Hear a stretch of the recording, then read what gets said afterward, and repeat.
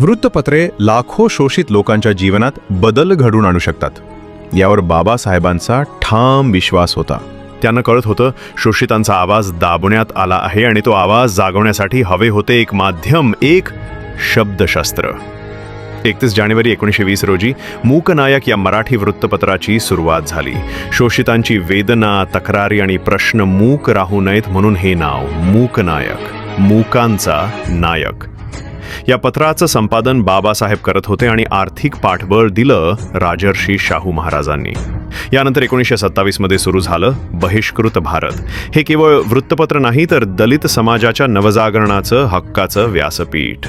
या माध्यमातून त्यांनी शिक्षण, हक्क आणि अन्यायाविरोधात आवाज उठवला. ते लिहायचे, जागे व्हा, संघटित व्हा, अन्यायाविरुद्ध लढा द्या. 1930 मध्ये जनता या मराठी वृत्तपत्राची सुरुवात झाली. कारण बाबासाहेबांचा विश्वास होता हा लढा फक्त दलितांचा नाही तर संपूर्ण जनतेच्या मुक्तीचा आहे. पुढे 1956 साली त्यांनी सुरू केलं त्यांचं शेवटचं वृत्तपत्र प्रबुद्ध भारत. हे होतं बौद्ध विचारधारेचं तेजस्वी व्यासपीठ. प्रबुद्ध भारतमधून त्यांनी फक्त बातम्या दिल्या नाहीत तर प्रबोधन, क्रांती आणि आत्मसन्मानाचं बीज रोवलं.